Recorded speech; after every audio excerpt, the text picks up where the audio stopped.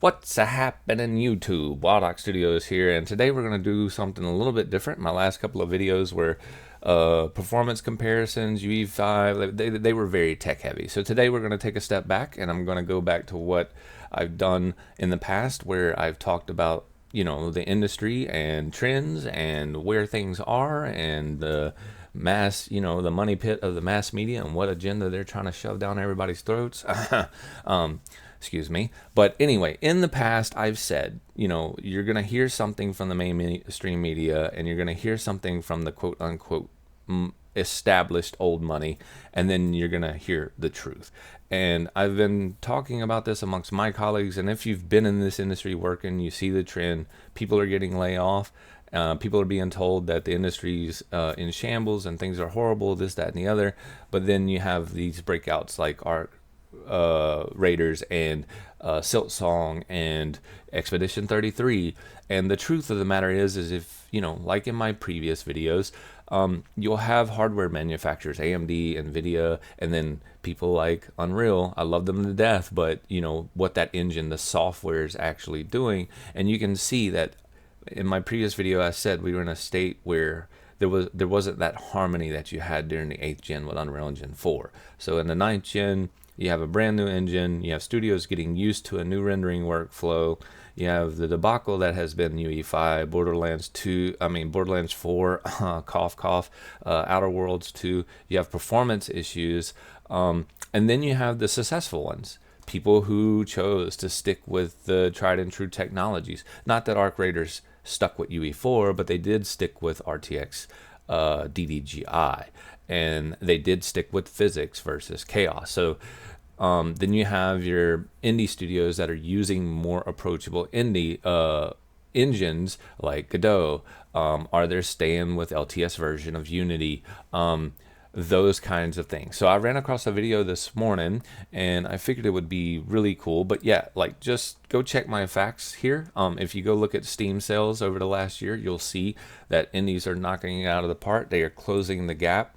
And yeah, let's watch this video here. Sven Vincke stood on stage last year and predicted the future. He told the entire gaming industry exactly what was coming. The next game of the year would be made by a studio actually making a game they wanted to play, not serving shareholders or chasing trends. 12 months later, the 2025 Game of the Year nominations dropped. 4 out of the 6 games were from indie or AA studios, and Clair Obscur broke records with 12 nominations. And in that same week, Ubisoft dared to publish a financial report claiming consumers are playing fewer games and that selling a traditional full game for a single price is less important. Well, let me tell you, that's a lie, and I'm going to show you exactly why. At the Game Awards 2024, Sven went on a full-scale attack on the gaming industry, said that the next huge mic drop moment, by the way. And the funny thing is that everybody who was there, everybody who's working in this industry, people who have been paying attention to trends,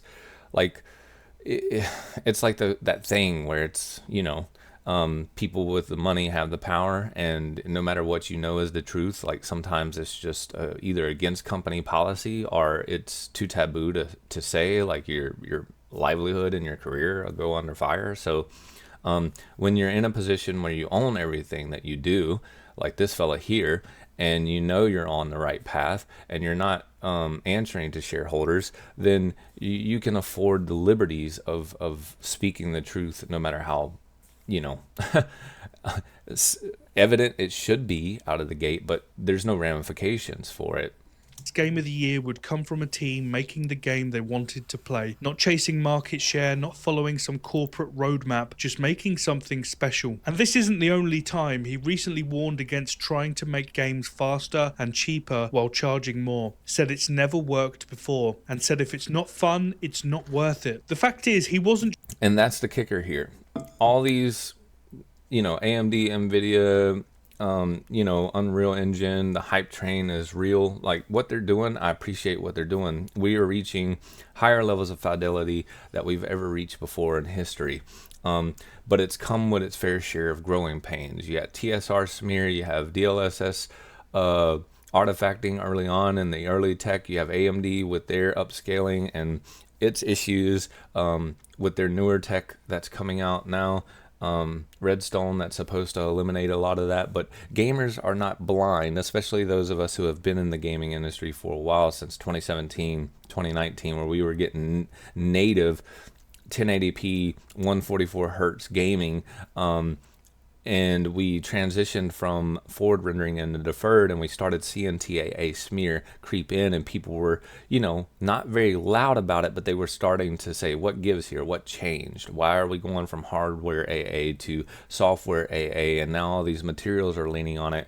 And again, I don't want to get into the weeds, but this is things that I have talked about. You have your rendering purists that want that pixel per pixel nearest filter on the old school retro Vive games. They're walking their textures back. They're conserving the resources. Then you have the new school, which is like, nah, just pump it into the engine, let it do its thing, and we'll slap a post process on it and make it look like it's pixelated. The methodology and the training and the underlying tech is changing, and the paradigm in which these methods are taught is changing.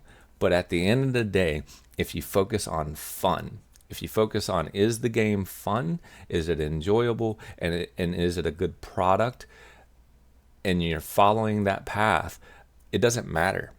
It doesn't matter what engine, it doesn't matter if it's 2D, it doesn't matter if it's Godot. And at the end of the day, look up sales on mobile platform and look up Minecraft, and your answer's right there. Look at Roblox.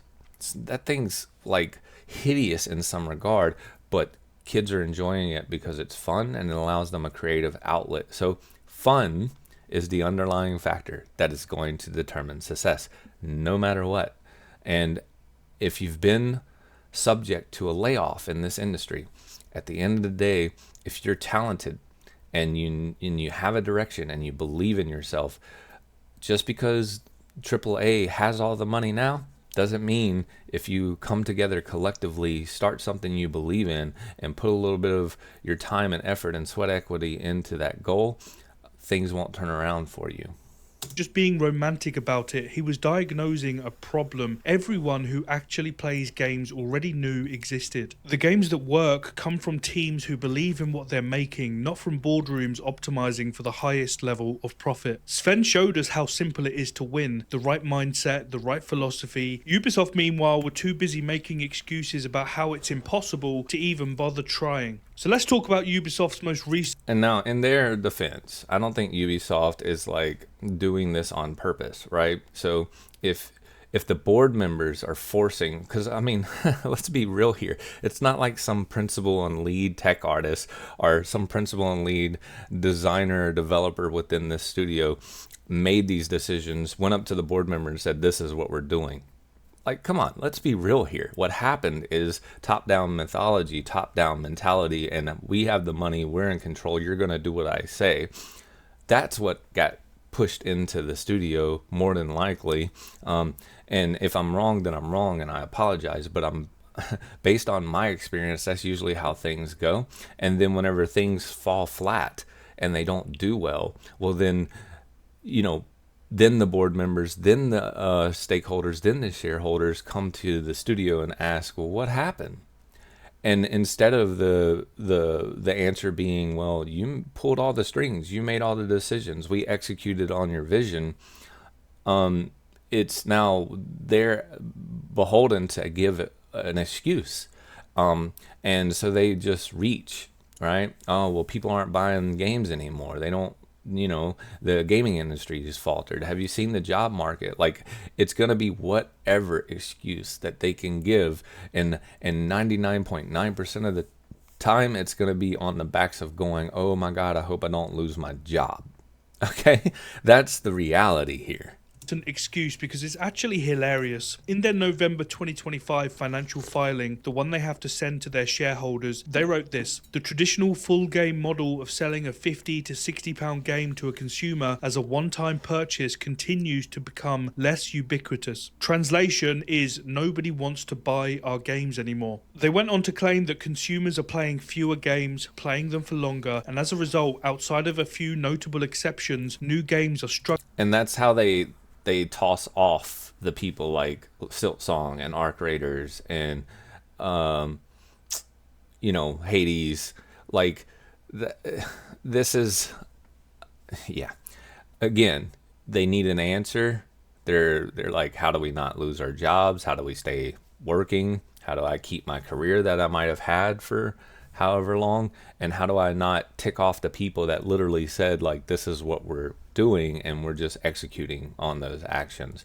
But the good news is a lot of these studios that are falling because of these bad decisions, principal leads and senior developers are starting their own studios. They're investing their own 1 to 2 years worth of time and turning this thing around and standing up as a strong AA or an indie studio. And at the end of the day, it's not that they're making less quality games. The truth is that Steam is, the gaming market is being held up by what we're classifying as AA and indie studios. The truth is that some of those studios have really talented people, and some of them are ex-AAA developers, and we're just giving them this indie and AA classification because they're not the money pit. They're not where all the money's been monopolized into. They're not the result of cannibalization that's happened within the industry, where this studio bought this studio that bought that studio and just funneled all the money up to the top and then squeezed it all out from the bottom. And thus the results here. Struggling to stand out. This is coming from a company whose share price has dropped over 91% in the last 5 years. So let's be honest, these guys clearly have no idea what they're talking about. And their excuse for all of this is that players simply don't want games anymore. No, mate, And this makes me really sad because Ubisoft was one of my favorite studios. To hear this makes me pretty sad. There's greats that I've grown up with that were made by specific names, and to see what these names, Bungie, to see what these names have become after the industry's had their way with them and, pulled them apart and slapped them around like, whatever. It hurts my heart to see. But the awesome thing is that, like, I know where some of these people landed and they're still doing awesome things. just don't want your games. But apparently that concept didn't enter their minds, and I wonder why. So let me do your job for you, Ubisoft, because here's what players actually want. A recent study from Ampere Analysis found that 56% of gamers globally prefer single-player experiences. In the US, that number jumps to 65%. And here's the one that should make you open your eyes. Nearly half of 16 to 24-year-olds, the generation supposedly raised on Fortnite and live service, prefer playing games solo. So what's happening here? Now, I wonder why that is. When I was growing up and, Xbox Live, and even before Xbox Live, when the Dreamcast had their 56K, flex modem, and you could play NFL 2K with like a full team, a full roster, and Xbox Live came out, the landscape of the industry was a little bit different. Not that it wasn't, filled with teenagers back then, because it was, but the raging and the culture that existed was being formulated at the time, and it was formulated off of the heels of LAN parties, and those LAN parties were in person. So the culture that was brought into online play wasn't this place where you didn't know these people. You knew them, so you had respect for them. So there was a little bit of decorum that was in the grounds of the culture that spun up on the heels of Xbox Live and the first PlayStation network and network service. But that's a shadow of its former self. The current generation and the current way that these, I have two boys. They're in high school now, but the way that they speak to each other and their culture and the rage baiting and the decorum that the respect that they hold towards each other is quite different, and it becomes toxic relatively quickly. So of course that generation that's grown up with that is going to grow up into a realm where they're like, you know what, I don't have to deal with that. I'm going to play single player games, and I'm still going to love gaming. Here is pretty obvious. Publishers push multiplayer and live service because it monetizes well. Battle passes, season passes, cosmetic stores, all that lovely recurring revenue. Players choose single player because it actually plays well. So when Ubisoft says people don't want games anymore, what they're actually saying is people don't want live service games designed around engagement metrics, and they definitely don't want single player games that feel like live service multiplayer games, the ones stuffed with XP boosters, time saver packs, and cosmetic stores in a £60 to £70 game. But sure. Translation, right? If you're if you've been brought up in this industry, you started your internship in the era where loot boxes and monetization strategies were being funneled and pushed down your throats, then the likelihood is that the culture in which you were brought up in trains you to believe that that's proper game design. And the result of that is that even when you bring that into like single player experiences, it's a failing situation because people are basically getting to this place where they're sick of that. They're sick of being constantly playing a game and it's presented to them like they're in a casino. Oh, go put your money here, go put your money there, go put your money here. We're at an era where if you look at these games that are being successful, they're going back to the roots of what video games are. They're not putting more emphasis of the video part of video games. They're putting more emphasis on the art and the game part of video games. And they're not trying to do what these live service models have been doing. They're literally going back to the classics of what makes gaming challenging, what makes it fun, how do you progress. They're looking at core, classical, foundational parts of gaming, and they're building their gameplay loops around that. And that's what's making these indies and AA's studios with a lack of funneling money to the top for the last 2 decades. That's what's making them successful. Blame the audience, that'll fix it. So while Ubisoft are claiming people play fewer games, the numbers tell a completely different story. Hollow Knight Silksong, a $20 indie sequel from a 3-person team, hit 587,000 players on Steam at launch, one of the biggest debuts in platform history. Arc Raiders peaked at 480,000 players. These guys are the goats of UE5. If you haven't watched my previous video on them, go watch it. It talks about the insane amount of work that these guys have done in both the finals and in Arc Raiders to rein this beast of an engine UE5 down to allow for the mass markets like mid-grade, mid-range GPUs and CPUs to enjoy this title. That's higher than any Ubisoft game has ever achieved on Steam. You know, the type that Ubisoft keeps trying to make and failing every time. Turns out it is possible if you know what you're doing. Kingdom Come Deliverance 2, a hardcore historical RPG from a AA studio, hit over... Shout out CryEngine, right? Over 250,000 players, more than any Assassin's Creed has ever managed on PC. And that's just some of the top 3. Which, I'm going to have to look that up because I don't want to...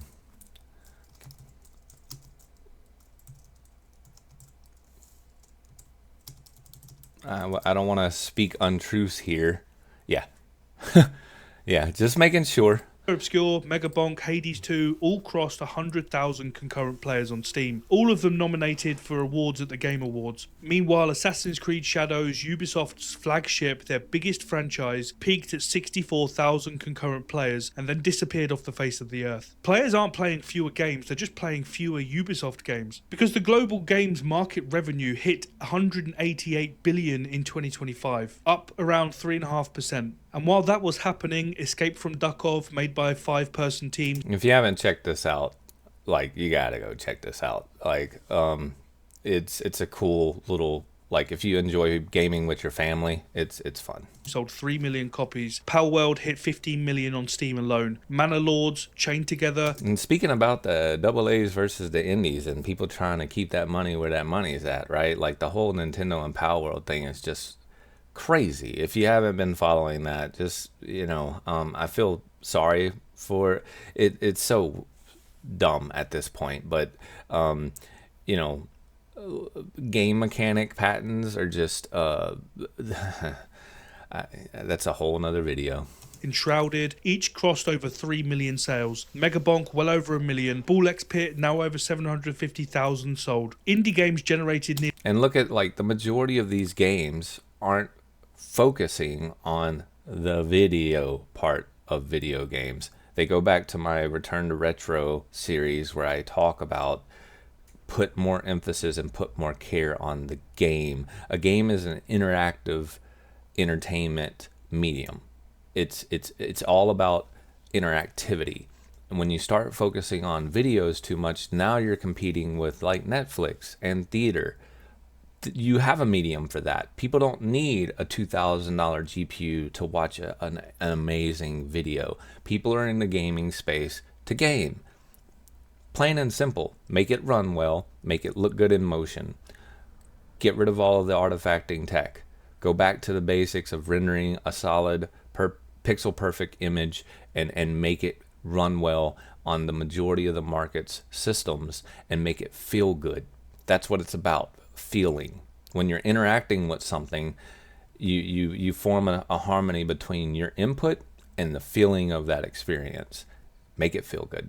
Nearly half of Steam's full revenue in 2024. That's $4 billion from indies. 2023 through to 2025 saw more indie games cross 100,000 concurrent players than any period in Steam's history. So the market's not shrinking, not even close, it's changing. Players aren't disappearing, they're showing up in record numbers and spending more money than ever. Just not on Ubisoft games. Clair Obscur just received 12 nominations at the Game Awards, the most nominations in the show's entire history. And the entire Game of the Year nominations should be a huge embarrassment to AAA. And I got to give this, Claire's devs a shout out too, because if you pay attention to the mechanics of the game, they probably could have taken UE5 out of the box and aimed for something that they knew, even with UE5's growing pains, was gonna perform well on medium range PCs and for the majority of players. They pretty much could have Clair Obscur skyboxed, and cube mapped out their entire background, and their scenes in which you play are relatively small, so they're going to perform well with very little upscaling.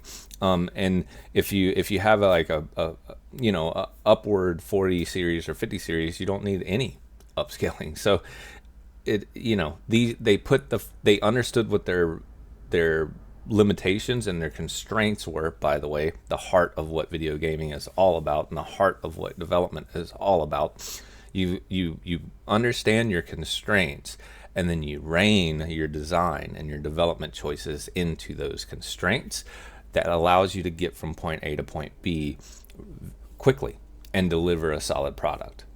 Death Stranding 2, Donkey Kong Bonanza, Hades 2, Hollow Knight Silksong, and Kingdom Come Deliverance 2. 4 out of the 6 were indie or AA studios. The first time in the Game Awards history that indie and AA games made up the majority of the nominations. This is the cleanest proof of how undeniable. And I wonder if this is because the AAA industry followed the trend and jumped on the latest Unity and the latest Unreal, which were experiencing a lot of pain during the 8th and 9th gen transition, and still to this day, it's not seamless. Like the WildOx community is filled with people that are still wrapping their head around this ever-changing, I call it chasing the dragon, but this ever-changing underlying foundation shift that's happening even as we speak, with a new landscape system being designed in Unreal, NVIDIA RTX doing their thing with their new version of the RTX GI branch, Unity and their thing with all of the changes they're making with their AI design workflow, and all of these different global illumination techs making it into all of these engines.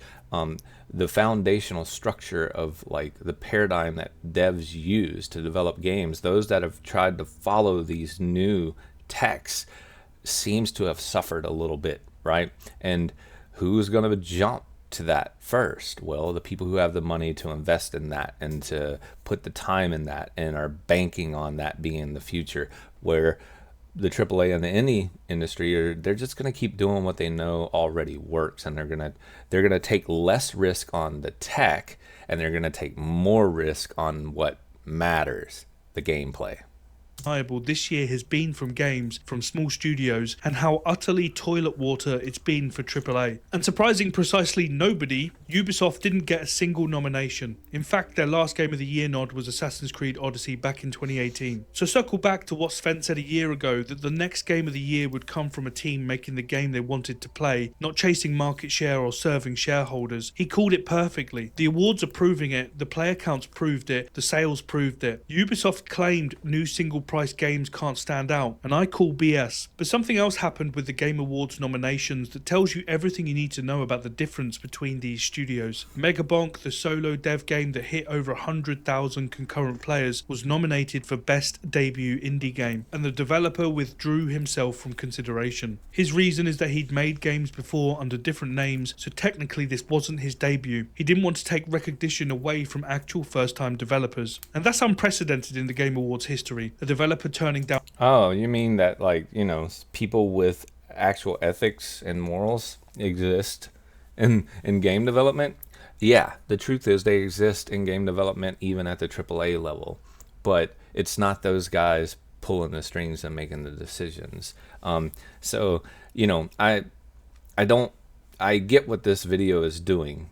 I just don't want to subscribe to the notion that there aren't kind-hearted, really good people working in AAA, because I have friends in that space, and I can tell you that's so far from the truth. It's saddening.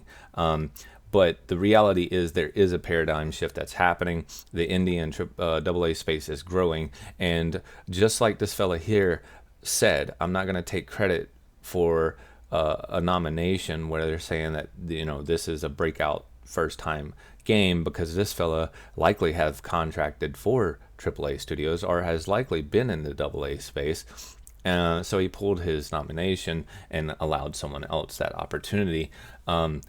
That's the heart of an individual, and that's also the heart of someone who's likely been in the AAA and AA space. So I'm just wanting to add some additional context here that it's the machine, it's the industry, and it's the bureaucracy and the politics at play here for these large organizations. It's not people. Genuinely speaking, if you sit down and you have a coffee or whatever with the majority of these people, they kick ass. So a lot of them are really solid people. So on a nomination out of principle. One dev stepped aside out of integrity, out of honesty, and that's something AAA studios abandoned a long time ago. So why are these indie and AA games winning now? Because they're built differently. Indie studios have creative freedom, no shareholders dictating design choices. AAA operates as a committee where every decision needs sign-off from 15 people who've never played, let alone made a game. These games launched with no microtransactions, no battle passes, no time saver packs. Meanwhile, AAA... Yeah, crazy concept, right? If you let people who have made games and played games their entire life, if you give them a little bit of empowerment and let them make some of the decisions, you might end up successful, Yet you get led by people who have absolutely no clue what this industry consists of. They don't even know what a UV is. They have no idea what a vertice index coordinate is. You get directed by people that just absolutely have no clue. They can tell when something looks good in for instance, a still shot that you see in front of you. That has absolutely nothing to do with the relationship that gets formed between the experience and the other person on the end of the controller. It's just, they don't exist in the same paradigm. Play is stuffing $70 single-player games with in-game stores and XP boosters because the monetization team has more influence than the design team. One creates money, the other creates experiences. Small focused teams with a unified vision versus bloated 500-person projects where nobody can agree on what they're actually making. But look, the Game Awards are just an award show. Most of us don't really care who wins what. But here's the thing, indie and AA studios made it so undeniable this year that they couldn't be ignored. These awards mean nothing to us as players, but to those small studios... Yeah, they may not mean nothing to a lot of players, but I'll say even that culturally is changing, where I have my kids paying attention now to the names of these studios that are coming out with these really good AA and AAA quality indie titles, let's put it that way, they know, they are paying attention, and that's the thing. Like, the industry is gonna find, it's like economics, man. It's gonna find a balance, and if that, it's unfolding before our eyes. I don't even have to speak on it anymore. It's unfolding before our eyes, and people in this space that are either being laid off due to, you know, trying to squeeze blood from that stone, or they're just fed up and they want to go do their own thing, they're going to start up their own studio and they're going to be successful. And the gaming market as a whole, that revenue and that growth is going to happen. It's just not going to happen under the big dogs, and that's fine by me. I think it's a direction that we've been heading in, and I love to see it. So keep it coming. That recognition for their labour of love means everything, and it proves what Sven said a year ago was right. He predicted the future because he was paying attention to what actually works. Teams making games they believe in, not games designed to give shareholders wet dreams. Ubisoft, meanwhile, diagnosed us as the problem. And here's the thing. It wasn't that he was paying attention and no one else wasn't. It was that, again, he was at the liberty, in the position that he was in, to put his balls on the table and state truth in front of everyone and not care the ramifications. That's the reality. And it took that man a long struggle, and his team a long struggle, to get into the position to have that liberty to state that. And if you've watched any circumstance unfold throughout history, that you have what everybody is going to say, that's an anomaly, that's a conspiracy theory, etc. But you have people that position themselves in that place to be able to make those kinds of predictions and statements, and everyone fights against it because it's not the norm at the time, or they just flat out deny it and laugh it off because, again, it's the unpopular opinion, or it's, you know, that guy's coming out of left field. But yeah, usually there's some weight behind people who position themselves, strategize themselves into a winning position to be like, I don't care about the ramifications because I know what I'm doing is right, and I know what I'm doing is founded in core truths, you know? They blamed us for not showing up, and they were wrong. We show up for games that respect us, games with no manipulation. The industry's already moved on. Indies and AA studios figured it out. They're winning the awards, pulling the player counts, making the money, but most importantly, earning the loyalty. As always, thanks so much for watching. If you enjoyed the video, make sure to drop a like, a comment, and subscribe to the channel. It all helps me out massively. Yeah, go give that guy a like, subscribe, hit that little button down there for that fella. If you haven't, on Wild Ox Studios YouTube channel, consider joining as a Wild Ox Studio family. Hit that like and subscribe button. Check out the description for the Discord. And as always, happy developing, and until next time.